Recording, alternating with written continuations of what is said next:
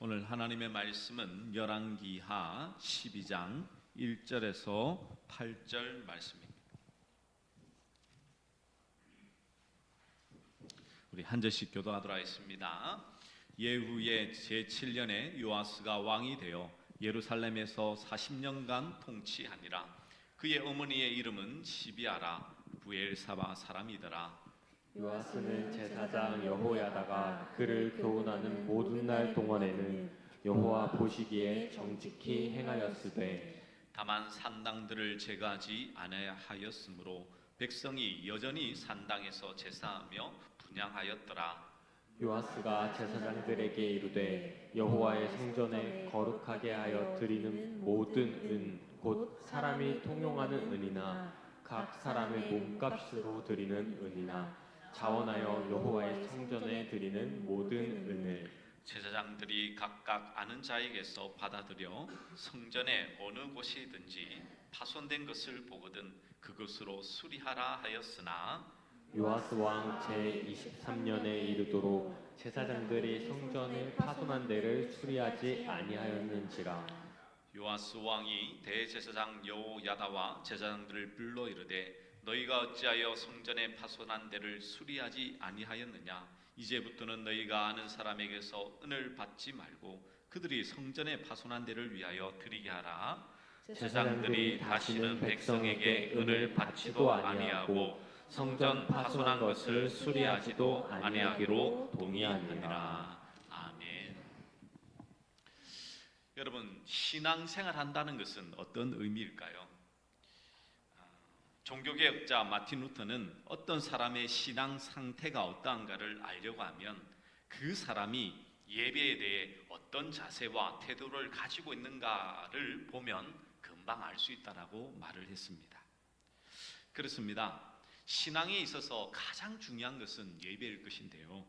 그렇다면 우리는 하나님 앞에서 어떤 예배를 드리는 것이 진정한 하나님 앞에 예배드림이 될까요? 그런데 많은 사람들이 이 예배드림에 있어서 오해를 하는 부분이 있습니다. 그게 뭐냐면 우리는 기본적으로 근본적으로 너무나 잘 알죠. 예배는 누구에게 드리는 것입니까? 하나님께 드리는 것이죠.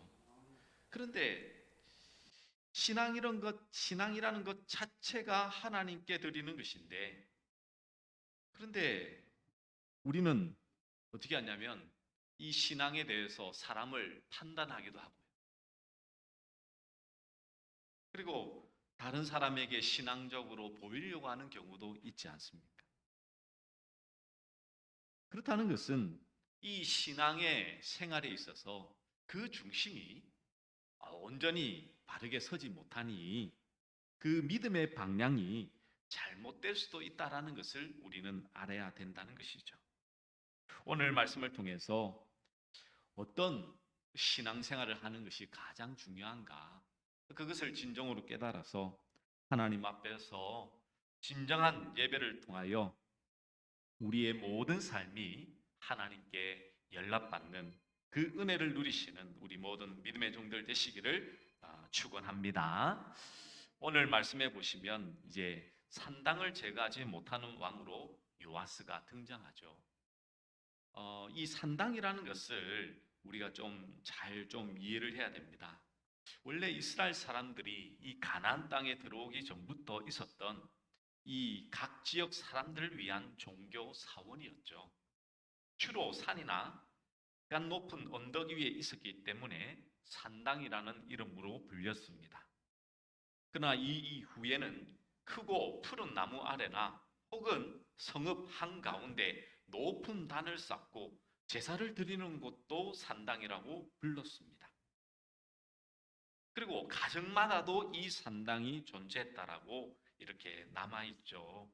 이 산당은 가나안 지역에서 어디서든지 볼 수 있을 정도로 많았는데, 이스라엘 사람들이 가나안 땅을 정복하기 전에 산당은 주로 바알 신을 섬기는 그런 우상 숭배의 사원이었습니다. 하지만 이스라엘이 정말 가나안 땅을 정복하고 난 다음 산당 중에는 하나님을 섬기는 사원으로 바뀐 것도 많았죠. 예를 들면 이 솔로몬 왕이 즉위하고 하나님께 감사하기 위해 일천번제를 드릴 때에 성전이 지어지기 전이므로 기본에 있는 산당에 가서 제사를 드렸다라고 표현이 되어 있습니다. 기본 산당은 크기도 가장 컸고 무엇보다 그곳에 모세 때 만든 해막이 있었다고 하죠. 그래서 이 기본 산당은 하나님을 섬기는 산당으로서 존재했습니다. 그런 산당도 있는 반면 여전히 바알이나 아세라를 섬기는 산당도 있었고, 그리고 어떤 곳은 우상과 함께 하나님을 섬기는 산당도 함께 공존했다고 합니다. 더욱 심각한 문제는요, 그곳에서 행해지는 종교 예식이 대단히 음란하고 음행이 저질러졌을 뿐만 아니라 여호와를 섬기는 그 산당이라 할지라도 이 금송아지와 같은 우상들이 함께 공존했다는 것이죠. 그래서 종교 혼합적인 모습을 많이 가지고 있었다는 것입니다. 이렇다 보니 왕들이 하나님 앞에서 바르게 서는 남유다 쪽에서는 이 산당을 제거하려는 왕들도 존재했습니다. 그런데 이 성전을 예배드리는, 성전에서 예배드리는 남유다의 그 사람들은 진실로 하나님 앞에서 진정한 예배를 드리기 위해서 성전에 나와야 되는 것을 분명히 압니다. 그럼에도 불구하고 그들은 왜 이 산당을 제거하지 못했을 뿐만 아니라 많은 사람들이 산당으로 그렇게 가서 예배를 드렸을까요? 아니, 생각해 보십시오. 아무리 산당이 많다고 하더라도 사람들이 가지 않으면 그 산당은 자연히 제거되지 않겠습니까? 그리고 왕들도 제거하려는 노력들이 없었던 것이 아닙니다. 제거하려고 노력도 했습니다. 실제로 그 많은 왕들 중에서 히스기야와 또 지난주 말씀을 드렸던 요시야 왕과 그리고 여호사밧이나 여러 왕들이 이 산당을 제거하려고 얼마나 노력했는지 모릅니다. 그런데 오늘 말씀에 등장하는 요아스 왕은 어떻게 말씀하고 있습니까? 2절과 3절에 보시면 요아스는 제사장 여호야다가 그를 교훈하는 모든 날 동안에는 여호와 보시기에 정직히 행하였으되 다만 산당들을 제거하지 아니하였으므로 백성이 여전히 산당에서 제사하며 분향하였더라. 되어 있죠. 하나님 앞에 바르게 섰지만 산당은 제거하지 못했다라고 성경은 표현하고 있죠. 아마도 많은 사람들 마음 가운데에 이 민간 신앙으로 아마도 뿌리 깊게 내려 있었던 것 같습니다. 지방 상당에서 일하던 엄청나게 많은 제사장들 그리고 레위인들을 예루살렘에 있는 단 하나의 성전에서 책임을 다 질 수 없었을 거예요. 결국 왕권이 잘 미치는 예루살렘은 이제 성전에서 이렇게 제사를 드렸지만 나머지 대부분의 지방은 산당에서 제사를 드렸다고 볼 수 있는 것이죠. 그렇다면 왜 이 성전을 제거하는 것이 힘들었을까요? 아니, 왜 사람들은 하나님을 만나고 하나님께 제사를 드리는, 분명히 말씀에서도 말씀하고 있는 바 한 곳에서 이 성전에서만 하나님을 예배하라고 말씀하고 있는데 왜 사람들은 산당에서 제사를 드렸을까요? 성전이 무너지거나 없었던 것이 아닙니다. 물론 북이스라엘은 자신들의 백성들이 이 성전에 가는 것을 막기 위해서 베델과 단에 이 산당을 짓고는 하나님 앞에 제사를 드리라. 거기에 무엇을 두었을까요? 금송아지를 두고는 거기서 제사를 드리라. 이렇게 하곤 했습니다. 그런데 남유다 백성들은 그렇지 않잖아요. 성전이 분명히 있습니다. 그럼에도 불구하고 왜 사람들은 이 산당에서 제사하고 분향을 했을까요? 그리고 여호와 보시기에 정직히 행한 이 요아스가 산당은 제거하지 못한 이유는 무엇일까요? 이스라엘 백성들이 성전이 아닌 산당에서 제사하고 분향했다는 것은 한마디로 산당 중심으로 살았다라는 뜻이 됩니다. 그러면 우리가 살펴볼 것이 그거죠. 성전 중심과 그리고 산당 중심에는 그렇게 섬기는 하나님을 예배하는 자들의 그 마음 속에는 어떤 차이가 있을까요? 성전은 거룩한 희생 제물의 피가 그 중심에 있습니다. 성전의 기능이 곧 피에 있기 때문인 것이죠. 여러분, 성전은 가서 무엇 하는 곳이었습니까? 하나님 앞에 제사를 드리는 곳이었어요. 그래서 성전문을 열고 들어가면 가장 먼저 보이는 것이 뭘까요? 번제단입니다. 번제단. 그 성전뜰에서 자기가 가지고 간 동물을 자기가 칼로 찔러서 각을 떠서 하나님 앞에 제물을 드리는 곳이 바로 성전인 것이죠. 희생제물의 거룩한 피가 이스라엘의 죄를 씻기고 용서받음으로써 이스라엘이 하나님의 거룩한 나라로 유지가 되는 것입니다. 이것이 성전을 세우셔서 이스라엘에게 행하신 하나님의 일이었죠. 이스라엘 백성들이 거룩한 행동을 해서 거룩한 나라가 된 것이 아닙니다. 하나님께서 그들을 이 제사를 드림으로 말미암아 하나님께서 용서해 주셨어요.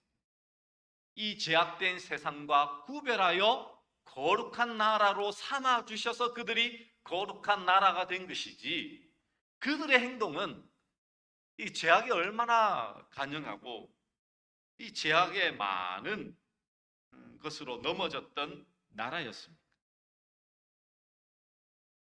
그러면 이스라엘이 성전 중심으로 살아간다면 어떤 반응이 나타나야 될까요? 당연히 하나님께서 행하신 일에 감사할 뿐이겠죠. 성전을 볼 때마다 자신들의 죄를 깨끗하게 하기 위해 죽어간 희생 제물의 피를 생각하면서 그 은혜가 마음 깊이 다가와야 되는 것이죠. 아, 내가 죽어야 되는데 나를 대신해서 저 제물이 죽었구나라는 것을 깨달으면서 하나님 앞에 감사하다라는 그 표현을 할 수밖에 없는 것이죠. 그런데 그렇다면 왜 이스라엘 백성들은 산당에서 제사를 드릴까요? 그것은 자기 기쁨을 위해 신을 찾고 있었기 때문입니다. 성전에는 이스라엘이 원하는 기쁨이 없습니다. 여러분, 그 성전을 여러분은 지금 우리 교회의 모습이라 생각하시면 안 됩니다. 성전은 뭐 하는 곳이었어요? 제물 드리는 곳이었어요. 제물 드리는. 예, 물론 그곳에서 하나님의 말씀이 선포되고 또 은혜가 있기도 했지만, 여러분 이 지금 이스라엘의 형태를 보면 아마도 그냥 형식적인 제사만이 많이 행해지고 있었을 거예요. 그 제물만 갖다 바치고, 여러분 동물을 내가 직접 잡으면 내 몸에 무엇이 묻습니까? 피가 묻죠. 그 제사를 드릴 때마다 그 피를 묻혀 오고, 이 제물을 드리는 것도 한두 번이지 사람이 죄를 얼마나 많이 짓습니까? 그 제물의 그 가격만 하더라도 얼마나 많냐고요. 그러니까 이 제물을 드리는 그 자체가 이스라엘에게는 기쁨이 아니었던 것입니다. 왜냐하면 성전은 인간을 향해서 너희는 죽어야 할 죄인이다 라고 외치고 있는 것이죠. 죽어야 할 자가 거룩한 제물의 피로서 살았다라는 것을 보여주는 것이 성전이지 않습니까? 그래서 성전에서의 기쁨은 죽은 자들에게만, 나는 죄로 말미암아서 죽을 수밖에 없는 자이구나라는 것을 깨닫는 자에게만 기쁨이 내려오는 것이죠. 자신이 죽은 자임을 아는 신자만이 거룩한 제물이 흘린 피가 자신을 깨끗게 하고 생명의 나라에 있게 한다는 것을 알 수 있기 때문에 거룩한 피가 곧 기쁨으로 다가오게 되는 것이죠. 바로 이것이 바로 십자가를 상징하고 있는 것 아닙니까? 그런데 사람들은 자신이 죽은 자라는 것에 대해서 관심을 두지 않습니다. 다만 자신을 위해 살아가고 있을 뿐이고 살기 위해서 살고 있을 뿐이고 세상에서 잘 되는 것을 기쁨으로 여기면서 살아가고 있죠. 이런 사람들에게는 십자가가 보이지 않습니다. 보인다면 인간을 복주고 성공하게 해주는 신일 것입니다. 결국 하나님을 인간을 위한 하나님으로 부르고 있는 곳이 바로 산당이었던 것이죠. 왜? 산당에서는 제사를 안 드려도 돼요. 제물 안 바쳐도 됩니다. 왜? 제단이 없거든요. 그곳에 가서는 빌기만 하면 됩니다. 아유, 우리 아들, 우리 남편, 우리 아내, 우리 부모님. 그렇게 구하기만 하면 되거든요. 근데 성전은 어떻게 된다고요? 가서 이 제물을 항상 바쳐야 됩니다. 피 흘림이 있어야지만 제사함이 있다라는 그 하나님의 말씀이 늘 자신을 찌르거든요.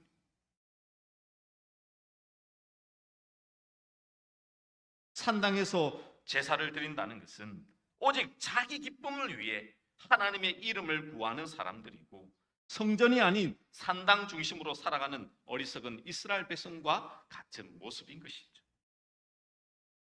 신자가 십자가 앞에서 발견할 수 있는 것은 나는 죽어야 하는 존재라는 것을 그것을 발견할 수 있어야 되는 것이죠.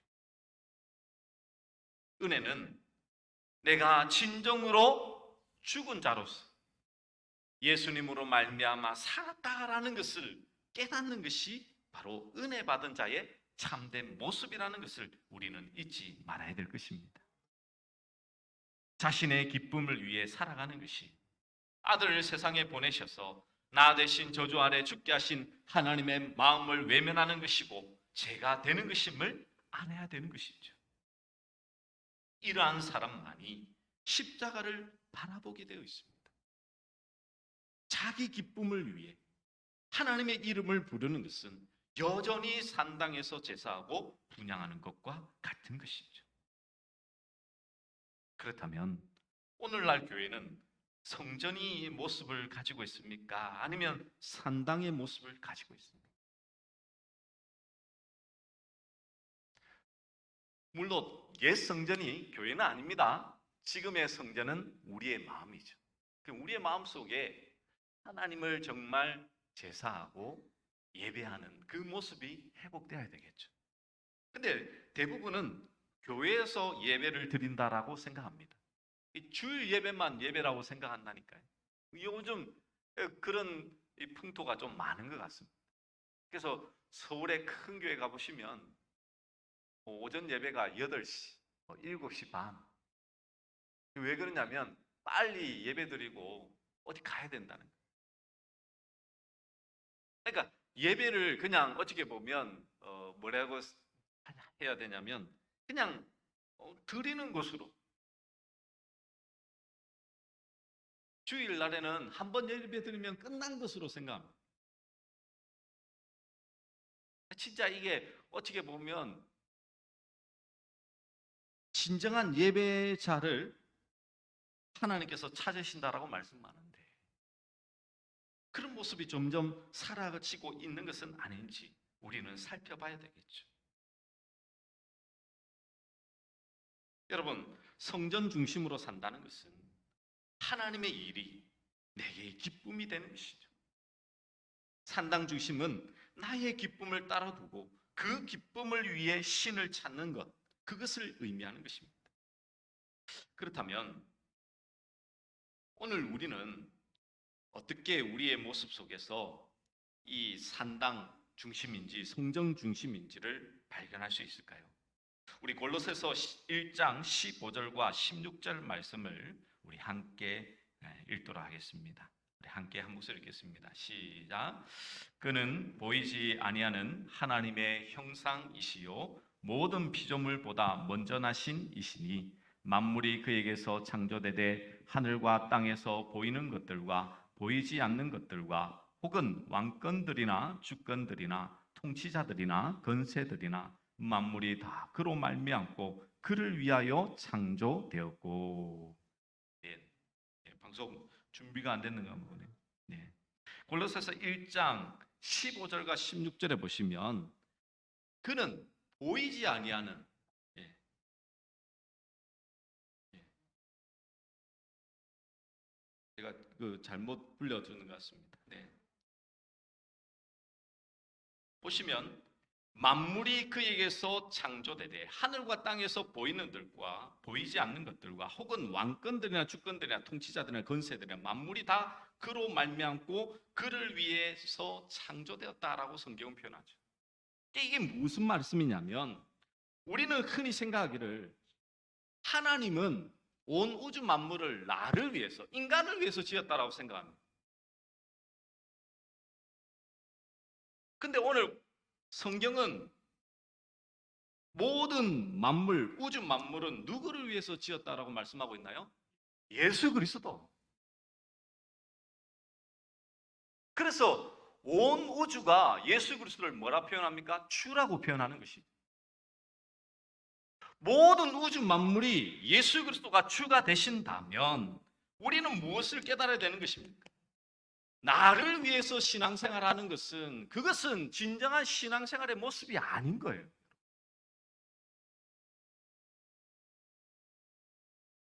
죽어도 예수 그리스도를 위하여 살아도 예수 그리스도를 위하여 사는 것이 진정한 그리스도를 믿는 자, 하나님을 믿는 자들의 참된 예배의 생활이라는 것을 우리는 잊지 말아야 되는 것이죠. 그런데 이 땅이 타락함으로 말미암아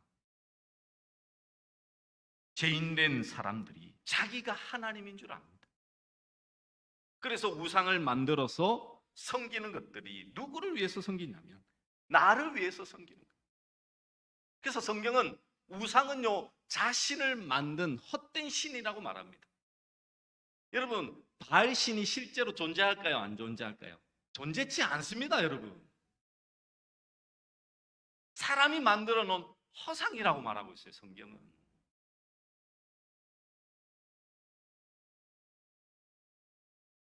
죄인된 우리는 천지 만물이신 그 창조주신 하나님을 잊어버린 것입니다. 그분을 위해서 지어진, 그분에 의해서 지어진 천지 만물이 창조자를 잊어버린 것입니다. 그래서 왕이신 이 세상의 주인이신 예수님이 이 땅에 오셨지만 죄인된 어둠인 세상은 예수님을 받아들이지도 또 알지도 못했죠.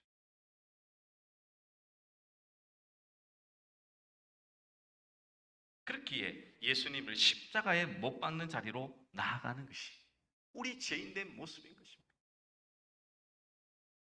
오늘 본문의 말씀해 보셔도 요아스가 제사장들을 불러서 성전을 수리하도록 지시하죠.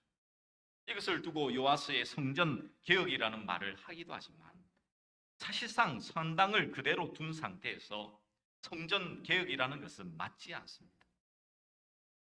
요아스가 진심으로 이스라엘을 성전 중심의 신앙으로 인도하기 위해서라면 무엇을 해야 되겠습니까? 산당을 제거해야 되는 것입니다. 나의 기쁨을 위하여 내 유익을 위하여서 찾는 신은 그것은 신앙이 아니라는 것을 분명히 알게 해줘야 되는 것입니다. 여러분, 이것이 바로 서지 않으면 우리의 신앙의 근본이 기본 자체가 뒤틀리게 되어 있습니다. 성경에서 말씀하고 있는 선은 누가 기준입니까? 하나님이 기준이시죠. 하나님께서 선하다 하면 선이고 악이라 하면 악입니다, 여러분. 그렇지 않습니까? 가나안 땅에 들어가서 어린아이부터 어른까지 다 죽이라는 것을 지키면 선입니다. 세상은 그것을 살인이라고 말하지만 하나님께서 말씀하신 것, 그것은 곧 선인 것입니다. 모든 기준이 하나님으로 정해져 있어야 되는 것이죠. 사람이 나고 죽는 그 모든 것도 하나님의 손에 달려 있음을, 하나님께서 온 세상의 주인이심을 모른다면 우리의 신앙 자체는 흔들릴 수밖에 없는 거예요. 그래서 내 유익을 위해서, 내 기쁨을 위해서 산당에 찾아가서 내 기쁨을 그곳에서 찾고자 원하는 것이 우리 죄인된, 죄악된 사람의 모습이라는 것이죠. 산당을 그대로 둔 상태에서 성전을 아무리 수리한다 한들 그것은 겉모습만, 종교적인 생활만을 바르게 하는 것과 별반 다를 바가 없죠. 일주일 만에 교회에 나와서 하나님 내 죄를 용서해 주시옵소서, 앞으로는 이런 죄를 짓지 않겠습니다 말은 하지만 세상에 나가서는 별반 다를 바 없는 모습으로 사는 자, 그것은 제가 정확하게 말씀드립니다. 예배자가 아닙니다. 아니, 성전 중심에, 예수 그리스도의 중심에 예배자가 아니에요. 그러면 성전 중심으로 사는 자는 어떻게 하나님 앞에서 살아가야 될까요? 우리 요한복음 4장 21절에 이렇게 말씀하고 있습니다. 우리 같이 한번 읽어볼까요? 시작. 예수께서 여자여 내 말을 믿으라. 이 산에서도 말고 예루살렘에서도 말고 너희가 아버지께 예배할 때가 이르리라. 아멘. 예수님께서 사마리아 여인을 만나시고는 이렇게 말씀하죠. 이 산에서도 말고 예루살렘에서도 말고. 이 사마리아 사람들은 자신들이 소속되어 있는 그리심 산이 하나님을 예배하는 진정한 산이라고 여겼습니다. 예루살렘에는 예루살렘 성전이 있었지만 자기들이 만들어 놓은 그리심 산에 그 성전이 올바른 산이라고 생각했어요. 왜? 사마리아인들은 절대로 유대 나라에 들어가지 못합니다. 그러다 보니 자기들만의 아브라함과 이삭과 또 여호수아와 역사적인 사건들을 보면 이 믿음의 조상들이 그리심산에서 하나님께 예배를 했기 때문에 이곳이 진정한 예배의 장소라고 생각했습니다. 근데 이스라엘 백성들은 어떻게 생각했나요? 예루살렘 성전에서만 예배드리는 것이 맞다라고 주장을 했죠. 그러다 보니 이 여인이 질문한 겁니다. 어느 산에서 예배를 드리는 것이 맞습니까? 그때 예수님께서 말씀하시죠. 이 산에서도 말고 예루살렘에서도 말고 너희가 아버지께 예배할 때가 이른다고 말씀합니다. 근데 그 이를 때가 언제라고 말씀하나요? 23절의 말씀입니다. 우리 같이 한번 읽어볼까요? 시작. 아버지께 참되게 예배하는 자들은 영과 진리로 예배할 때가 오나니 곧 이때라. 아버지께서는 자기에게 이렇게 예배하는 자들을 찾으시느니라. 아멘. 예수님께서는 말씀하시기를 이 산에서도 말고 저 산에서도 말고, 그러면 우리는 공간이라고 생각합니다. 장소라고 생각하죠. 장소가 중요한 것이 아니다, 그렇게 생각합니다. 근데 여러분, 더 중요한 말씀이 있습니다. 하나님을 참되게 예배하는 자들은요, 영과 진리로 예배할 때가 온다는 것이에요. 근데 그때가 언제라고요? 이때라. 그 말은 이제 예수님께서 이 땅에 오심으로 말미암아 진정한 예배의 길이 열렸다는 것이죠. 그런데 그 다음 구절요, 아버지께서는 자기에게 이렇게 예배하는 자들을 뭐 하신다고요? 찾으신다고요. 여러분, 이것이 어떤 말씀입니까?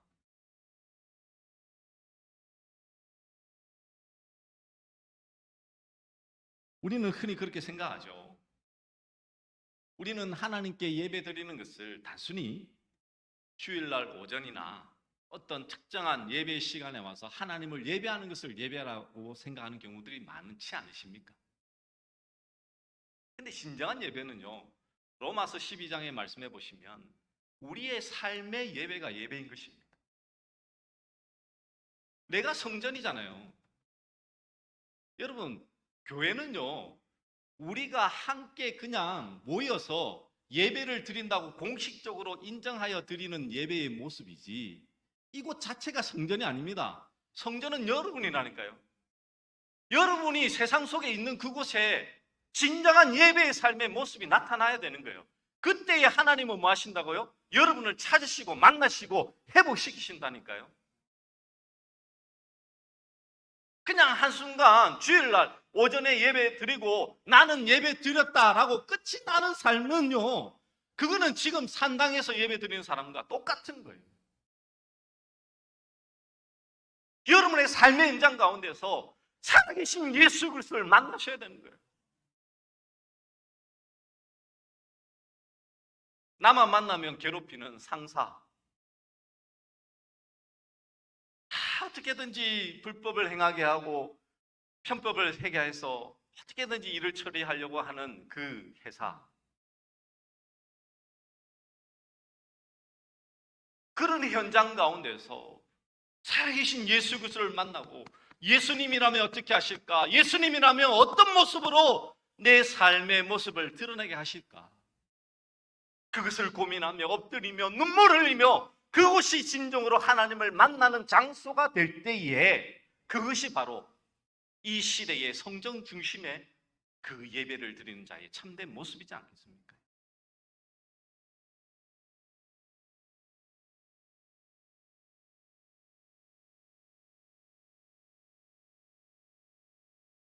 우리는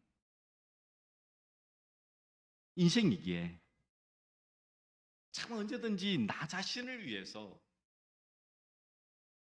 늘 살아가는 것이 그냥 가만히 둬도요, 아무리 뭐 예배 생활을 잘한다고 또 신앙 생활을 한다고 말씀과 기도의 생활을 한다고 하더라도 늘 내 중심은 예수 그리스도가 아니라 나 중심으로 흘러가게 되어 있습니다. 이게 죄인된 모습이에요. 이건 어쩔 수 없어요. 그러면 우리가 할 일은 무엇입니까? 우리의 방향을 계속해서 하나님께로 맞춰야 되죠. 근데 이 맞추는 거를 주일날 한 번 와서 예배 드리는 걸로 맞춰진다고요? 천만의 말씀입니다.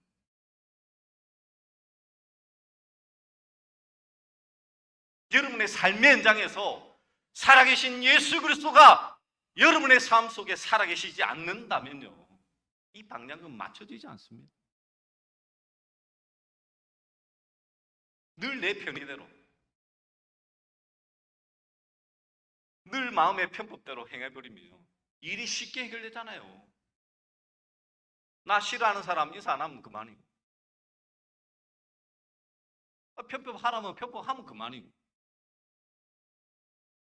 그게 인생 살아가다 보면 그게 훨씬 쉽잖아요.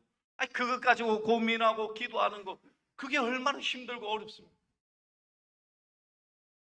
근데 그렇게 살지 않으면요, 그 삶의 현장 가운데서 살아계신 예수 그리스도를 구하고 바라보지 않으면 진정한 예배자가 될 수 없습니다. 우리의 방향이 신앙의 방향이 예수 그리스도께로 향하기 위해서는 오늘 드리는 예배가 중요한 것이 아니고요, 여러분의 삶의 현장에서 예배가 가장 중요하다는 사실을 여러분 잊지 마셔야 되는 거예요. 세상은요, 여러분을 어떻게든지 하나님의 말씀과 법이 아닌 세상의 법대로 여러분을 끌어갑니다. 요즘 젊은 세대들 말로 하기 얼마나 힘들 정도로 제약에 가득 찹니까? 그럼에도 불구하고요, 이 제약된 세상을 좋아하는 것이 우리 신자들도 있지 않습니까? 우스갯말로, 여러분, 교회 다니면서도 나쁜 남자가 끌리는 이유는 뭡니까? 요즘 보면 다 나쁜 남자 좋다거든요. 교회 오빠가 인기가 없어요. 재미가 없대요. 그 말은 뭡니까? 지금 세상의 재미를 쫓아가고 있는 거잖아요.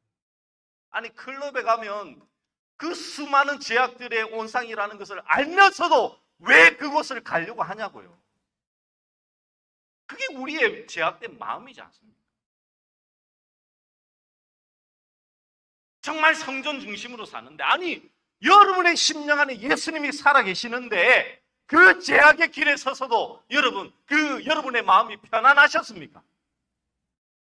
찔림이 없으시고 그 죄에 대한 진정한 회개 없이 눈물 없이 지금까지 살아오셨습니까? 그게 정말 예수 그리스도를 믿는, 하나님을 믿는 자의 모습인가요? 예배 시간 이거 드리는 거요. 원래 이게 공식적으로 뭐 하나님 이렇게 하라고 한 적도 없어요, 여러분. 솔직히 안 그렇지 않습니까? 우리가 정말 믿는 자들이 11시 예배를 드리자고 교단에서나 이제 공식적으로 이렇게 예배를 드리자라고 말한 거죠. 또 이 말씀을 듣고 목사님이 예배를 빠지라고 하더라, 이렇게 독해하시면 안 됩니다.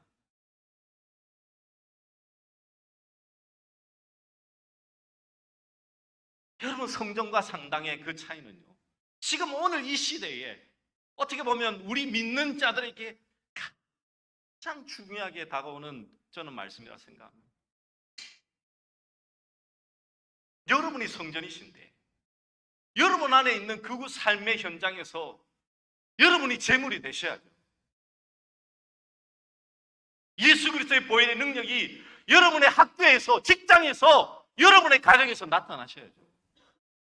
그렇지 않고 어디에서 나타내시려고?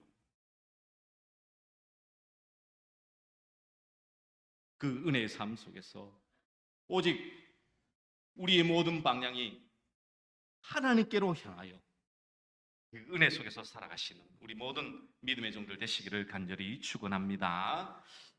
우리 말씀을 기억하며 우리 주는 완전합니다. 우리 함께 찬양하도록 하겠습니다.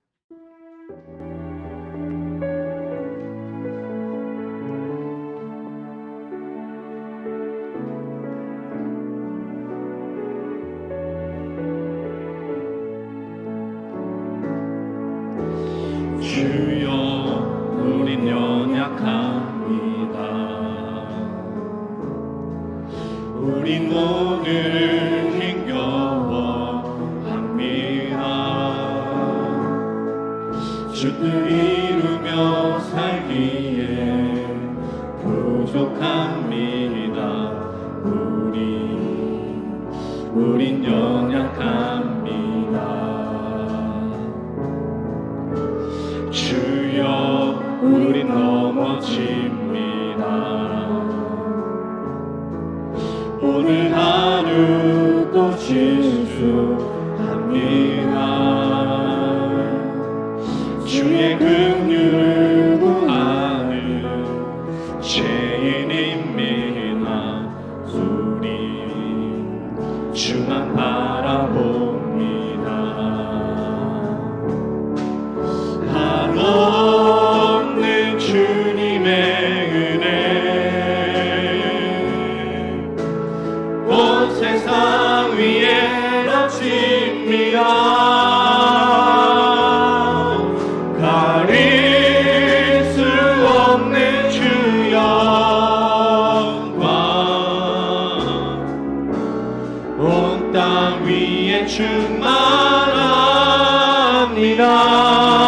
주님만 인기오니 우리 그길 따라